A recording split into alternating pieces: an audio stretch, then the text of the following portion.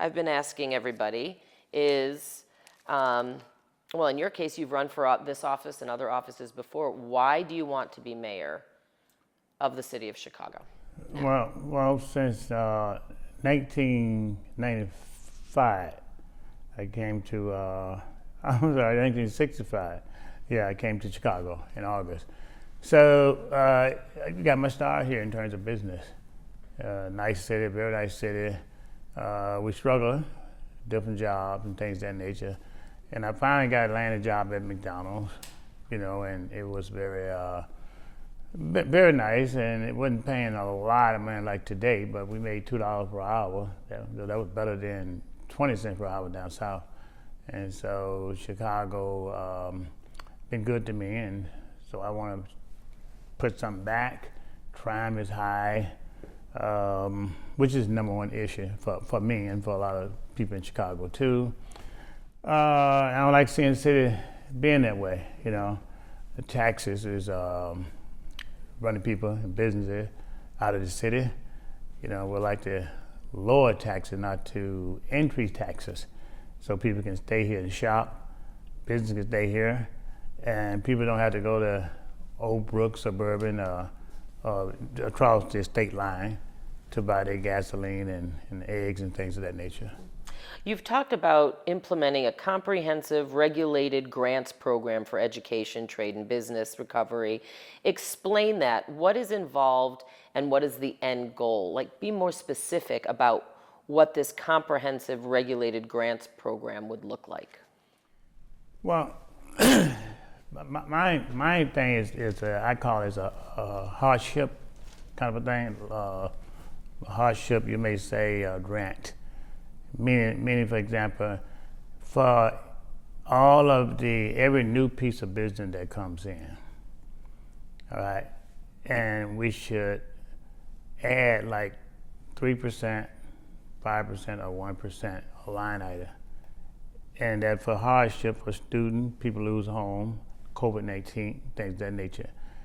It's not taxing the business, it's taxing the tax that the city would receive. So that new business that comes in. So let's take, for example, if somebody pays $50 million, just say taxes, using that example, well, 5% of that or 3% of that tax that goes to the city, or 1% or 2% be set aside. The COVID-19 came, nobody had, a lot of people didn't have food to eat. The next day they was in bread line. A lot of people lost their job because they closed the city down, right? So a lot of people got behind, they couldn't even pay their taxes, and it still have an effect today. I believe that we have to look out our citizens first. Now, once they're able to get back on their feet, they could pay the money back, right? So it'd be like a loan? Yeah, it'd be like a loan if they can pay it back, fine. I think we got to look at the citizen. Like some people lost their home, couldn't pay the taxes. I think if you're able to pay it back, yes, you can pay it back. It won't be like necessarily pressuring about it because it takes a long time to recover from COVID. People have been out of business, and a lot of people was ill, didn't have insurance, cancer, things of that nature. So you can't expect maybe that, but I would look at doing it that way. So that's what I call a hardship kind of a situation. But if you take that money out of that pot of taxes and put it towards this grant program or loan program, grant program is how you've described it, you're taking it out of the general revenue fund. So how do you make up that shortfall when it comes to the city's overall budget then? Well, see, first of all, it's new business. It's not old business. Small and large businesses, or is there a certain size that you would? I think it's new business or small business pays taxes to the city of Chicago. Mm-hmm. That money will come out the taxes that it pays to the city. Only new businesses? Yeah, only new business, not the business that is present. So let's say Chicago received $50 million in taxes present now. that's not messed with, right? But let's say new business come in next year, they pay 75 million, so let's say 25 million of that dollar that they pay taxes, that's new business. Use that for a hardship, situation, and it could range from A to Z. It is better than taking and putting a slush fund, what they're trying to do right now, $100 million that the mayor are trying to get a hold of and control, So what has happened is that people struggle, people leave the city, things of that nature. How to get new business in Chicago, you got lower taxes.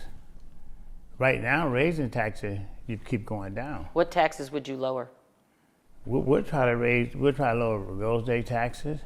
The red light camera is a form of taxes. It's a fee, but right. Mm-hmm. Yeah, you got head taxes, things of that nature. We're going to manage those budget. We'll manage those budget, bid out contracts. So the same people ain't receiving them year after year and prices higher and higher. We'll get rid of a lot of the wasted consultant fee, things of that nature. We won't bring in more red light cameras to ticket people, Will you get rid of the existing ones? We'll have to look at the contract, but yes, and that's to your question, yes. But we have to look at the contracts because we cannot violate the contract. But if those contracts are over with, you betcha I will eliminate them. Yeah. Can you make up that revenue shortfall then just by simply managing contracts, et cetera, better? Or would that create a budget gap for the city, a bigger one? I think we work on that together. We got to get in there and work on it together. I'm the only business person that's running for mayor. And I've been in business a long time. Our job, we have to balance budget to stay in business. Chicago, to me, is a big business. You don't keep people here with business if you keep raising their taxes. So customers don't come to shop on Mission Avenue or the neighborhood or State Street because of the taxes, parking lot taxes too high, real estate taxes high, rental property high, all these taxes and stuff, people don't want to come because when they come here and they spend all these particular dollars, they got nothing left, holler. So what they do, go to Oak Brook someplace, no taxes to park in a lot out there, all right? You don't have all these overhead gasoline. Where do they go? Across the line in Indiana or suburban. All those tax dollars are going out. What do they do when they go shop at the store? A lot of people shop in the suburban. But now are you talking about cutting sales tax too? Because that goes back to my other question, and that is, how do you do all of this and not have a massive budget shortfall? Well, see, you gotta look at it this way. If you don't go the other way, you're not gonna last, period. You have to do something different. You gotta work with the people, you gotta work with the businesses, you gotta bring all the major corporations together, work with them. We gotta work with the people, we gotta work with all these things together. Right now, you cannot balance, and nobody in their right mind would know that you cannot balance the budget as it stands right now. There is no end to on the budget, but one thing for sure, each year they keep kicking the bucket down the road, they keep raising taxes. All people ever done in politics, particularly here in Chicago, is when you got a problem, they raise taxes, all right? Or they sell the Skyway or the parking meters, but yes. Well, that's right. But when I got a problem at home, I got to balance my budget. I got to cut back on something, even if it's a telephone or even if it's watching the movies. I had to cut back on something. So would you slash city employees potentially then to sort of offset cutting taxes as well? I think we'll bring, I wouldn't say that. I think that we'll bring new taxes in by new businesses and keeping the ones here by bringing customers from Oak Brook or other suburban help increase the revenues here. For example, if we lose the Bears, if we lose Chicago Bears, well, look at all those tax dollars there. They're going to go outside of Chicago. Mm-hmm. But not only the Bears, but all of the venue, the small businesses, it's gone. Mm-hmm. Hotels. Yeah, Then so people from all around the suburban, other cities, comes in here. That's a big, massive situation now. If you recall, when I had a debate before, I said, well, if the Bears gone, we're just bringing a new. Yeah, I heard that. New team. New team. Right. Yeah. we cannot. We gotta have that. All right. We need also to attract business. We need a third airport like what's over there at Megs Field, because business people fly in, want to come out, make it attractive, and they spend dollars. Where would you put that airport? Peatone, or where would that airport go? Because we all know Megs Field is no longer Megs Field. Or would you put it back? Well, we'll look at putting it back, to be honest with you.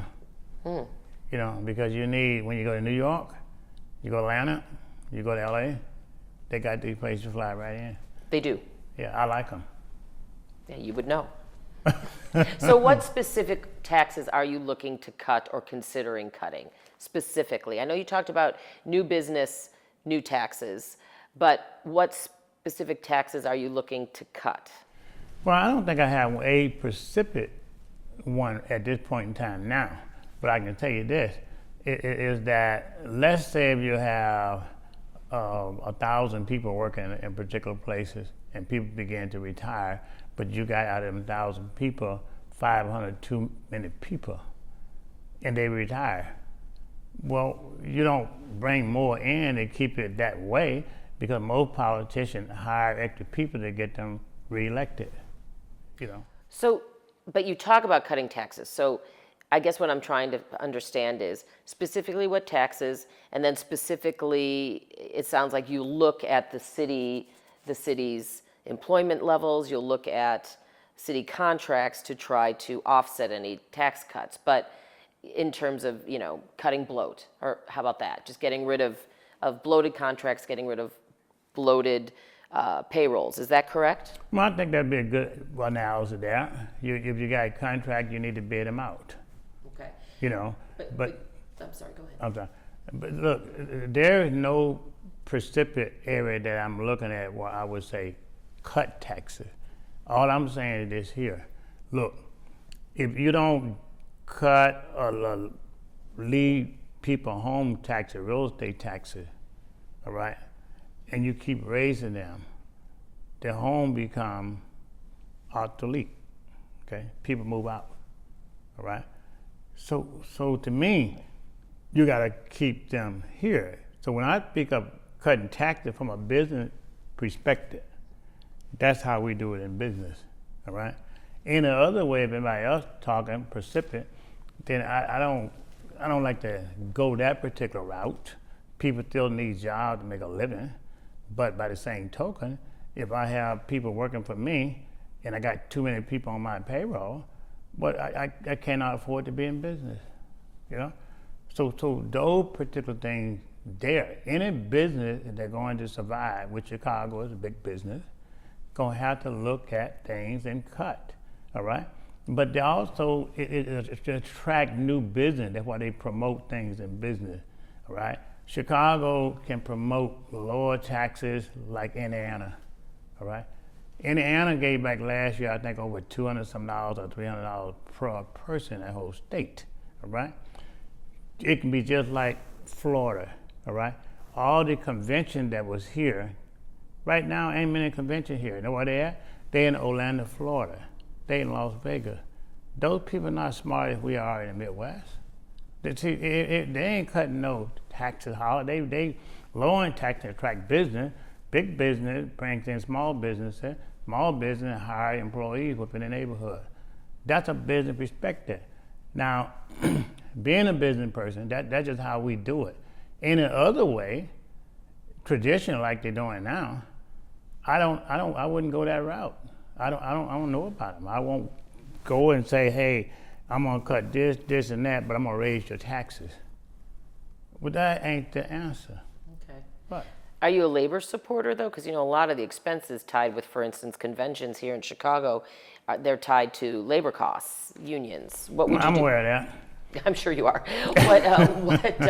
What would you do? Would you change that in some? Are you a supporter of labor? Look, you got to work with the union. This is a union town, a union state, okay? I'm not Republican. I'm not Democratic. I'm independent. I'm for the people. I'm not bought. Every other candidate is bought by somebody that's running this particular mayoral thing, right?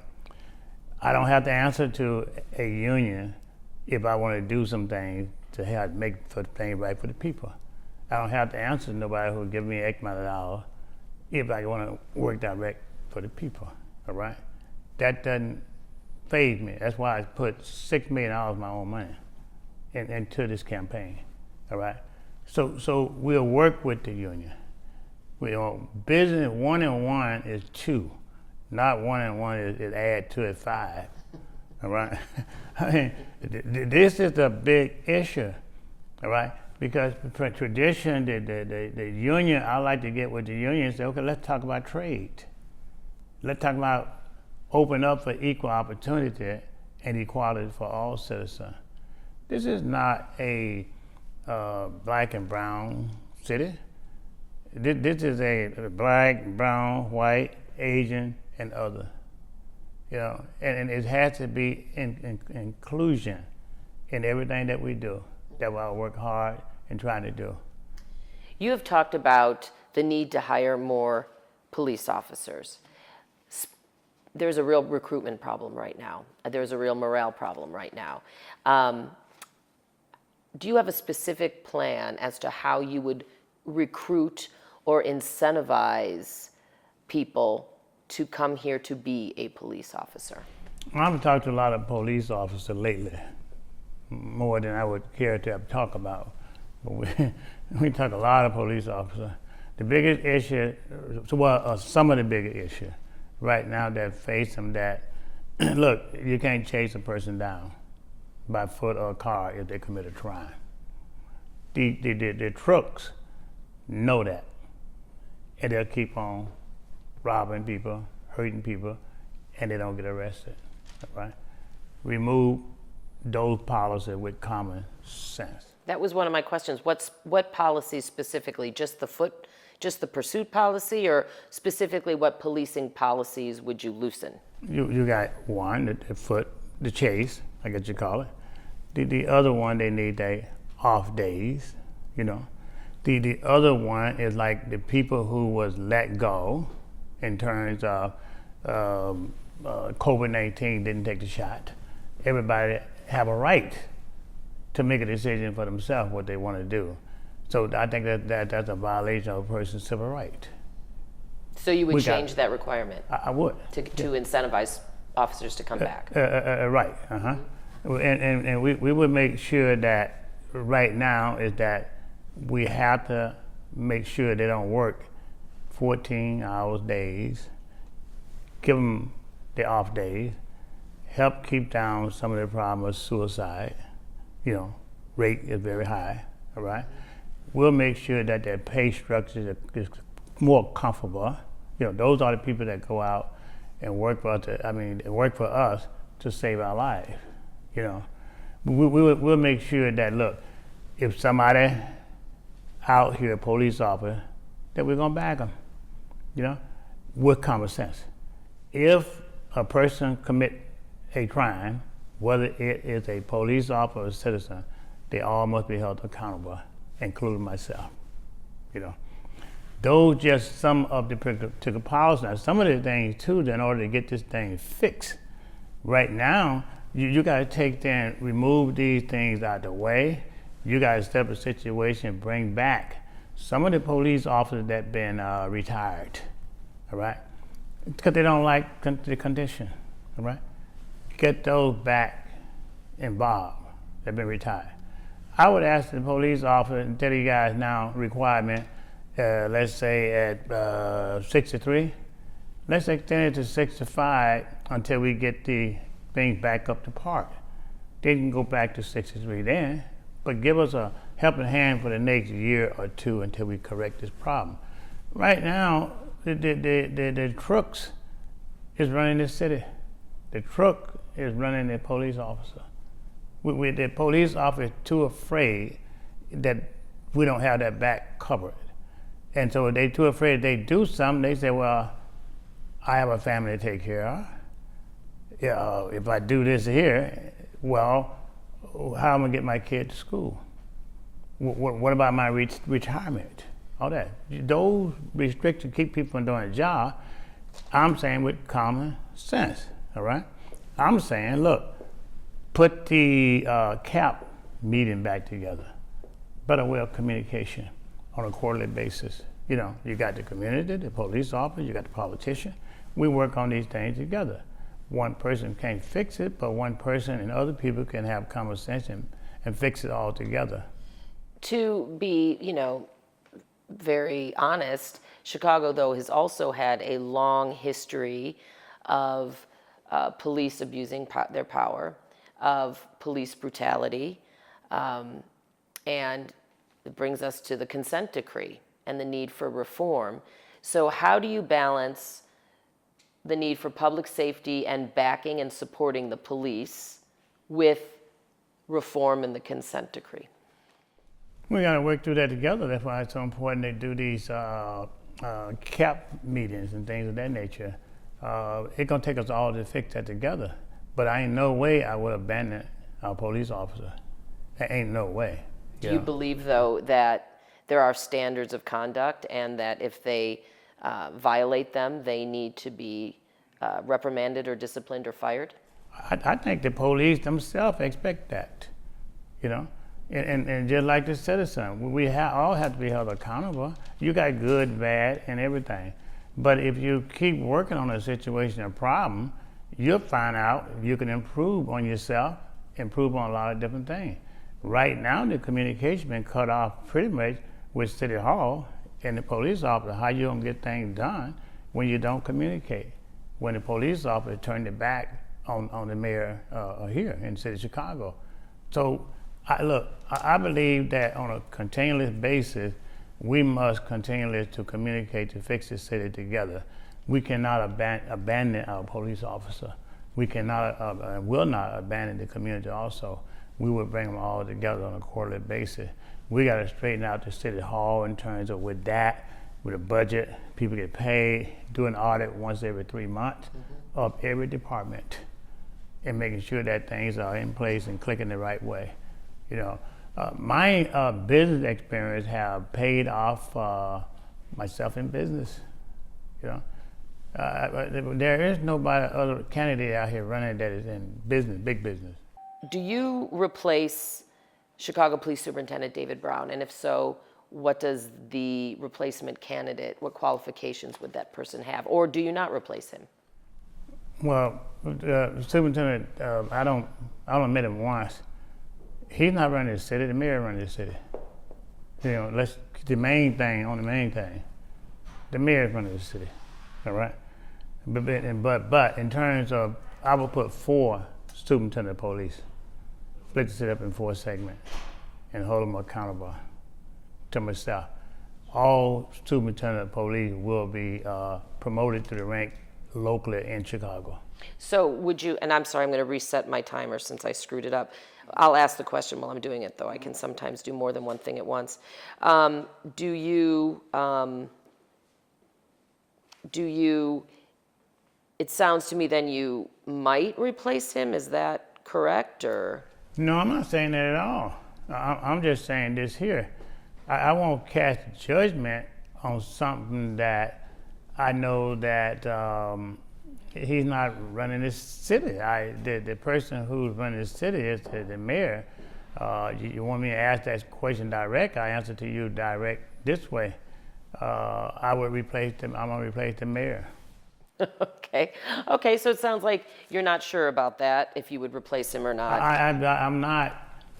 Everybody has to be interviewed. I just said the 4 superintendent of policemen. I just said. Oh, so you'd actually have 4 superintendents, not 4 deputy superintendents. There wouldn't just be 1 superintendent. Right. There would be 4. Oh, right. I'm sorry, I misunderstood.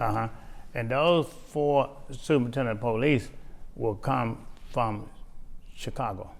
Okay. I'm sorry, I misunderstood that. No problem. I just assumed there'd still be a main one, and then there'd be 4 deputies. There'd be 4 main ones. Four made ones, fair enough. Well, you know, someone's going to want to be the big dog, but we could talk about that if that becomes the issue. Let me ask you a question. It's an honest one. It's a very blunt question, but it's a question that, you know, comes up in conversation. You are very well known for your gas giveaways, your generous gas giveaways, some that have occurred after you announced your intention to run for mayor again. So how would you address concerns that gives the appearance of you trying to buy votes? I've given away, this year I've spent $5.2 million roughly, I guess, on giveaway in Chicago because of the COVID-19. The last 35, 40 years, I've given away $65 to $70 million, right, of my own money, right? I've given Hurricane Ida this past year $1 million down to people, cash money. I've given face masks all over the state, also California, Washington, D.C., places of those nature that, New Orleans, right? I've given money to so many places. I can't run for mayor in all these different places. Well, that's true. All right. I've given to the past year, I don't know, hundreds of thousands of dollars to the people who live on in tent cities, way before here. And all these things are documented. Go back and look at the Wall Street Journal in 1996 or 1985, that is. I'm a front page article, I've been giving dollars away from there, all right? The people who's hungry is out there, the people that senior citizens, every 3 months, the CHA, 72 homes there, CHA's building, we giving away over $300,000 every 3 months until recently the mayor kept us out of there. Every 3 months. They live about $3 a week for food allowance. Some of it's $1.50 for food allowance. I'd rather lose the election before I would see one person starve to death. I don't care, you know. So you're not concerned about the appearance when it comes specifically to recent gas giveaways and your intention to run for mayor, that it looks like to some that you're trying to buy a vote. You're saying... What's the difference in, I'm not trying to buy a vote, plus I'm not using taxpayer dollars, all right? This mayor now, taxpayer dollars. President of the United States give out these student loans during the running time, all right? The governor lower people taxes after they done raise it and plan to give it back, all right? Those are taxpayer dollars. Those are not mine, my dollars, my own dollars and everything else. I think the people who says that, I could care less about them, honest to God, true. Because you ought to be helping people who's out here can't make it. We'll pay people property taxes from losing their home, gotten people out of tent city, kid hungry, can't get to school, can't eat. People can't drive car for gasoline during COVID-19. They get to work, you know. These are pressure to me. Ain't no way. And like I said, I'm running for mayor without a paycheck. I don't even want a paycheck. I don't even accept big dollars amount to my campaign. That's why I put $6 million of my own in there. So I don't have to I won't get up tomorrow and have to worry about punching a clock. Somebody gonna fire me. And thank God for that, you know? I'm direct for the people. I'm doing this out of my heart, you know? So those people that say that, those are people that won't help nobody. If a lot of people got much more money than I got, I'm a sharecropper. I am a sharecropper. People helped me all my life, and I'm gonna continue to help the citizens of Chicago. So pay it forward mentality. Okay, here's a fun question. I've really enjoyed asking this of all the candidates so far. Your history is fairly well documented in terms of, you know, your upbringing. So stay away from that. Here's my question. What's one thing people don't know about you?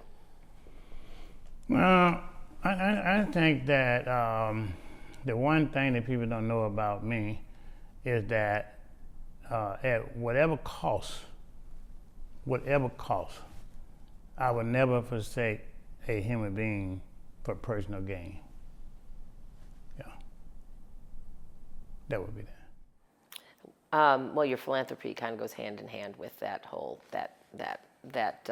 point there. And then finally, will I be safer with you as a mayor? you're safe with me right now sitting here. And as you walk out that door in your home, you will be. Because I tell you something, the crime gonna stop. I can promise that. It gonna stop. I know I got a personal issue with crime because I lost a 20-year-old son. I know that, you know. But I don't want to see it happen to you or your relative, your kid if you have kids, your grandparents or your mother. I don't want to see that. My job wasn't put here to complain about a problem. It's put here to fix the problem. That's my mission in life. Politics is an ugly business, though, sir. I ain't in politics. I ain't no politician. But you will be if you become the mayor. I would never be a politician for myself. If was a person think within itself what they are, I would never be a politician. I would be for the people. I was born poor, and I'm still poor because somebody else is out there poor. You know, you're 74, right? Mm-hmm. You're very financially secure. You could just sit back and continue to run the business, you know, your businesses that you want to run, but you could just relax and not have the stress of trying to lead the city of Chicago, but that's not for you. No, I wouldn't be happy. Well, why should I live downtown here or on a golf course when people stop me to death? Why? That doesn't make sense. And any one last thing you want to bring up that we didn't get to in terms of any of your policies or proposals? I know there's so much we could talk about. Mental health. I know migrants, you've said we need to take care of the Chicagoans first. There's so much I could ask you about, but our time's up. Is there one thing you want to bring up that I have not gotten to? Well, I think that this here is that Chicago will be safe once we get in. Chicago can trust me. Chicago can trust me beyond any other candidate because I'm not bought. I would never ever be bought. You know, Chicago can trust me by checking at my record. I had a record miles along, so everything that I say is documented. You know, Chicago can feel confident, and they can get their hope back. They should not be fearful of carjacking or their kid playing in the yard.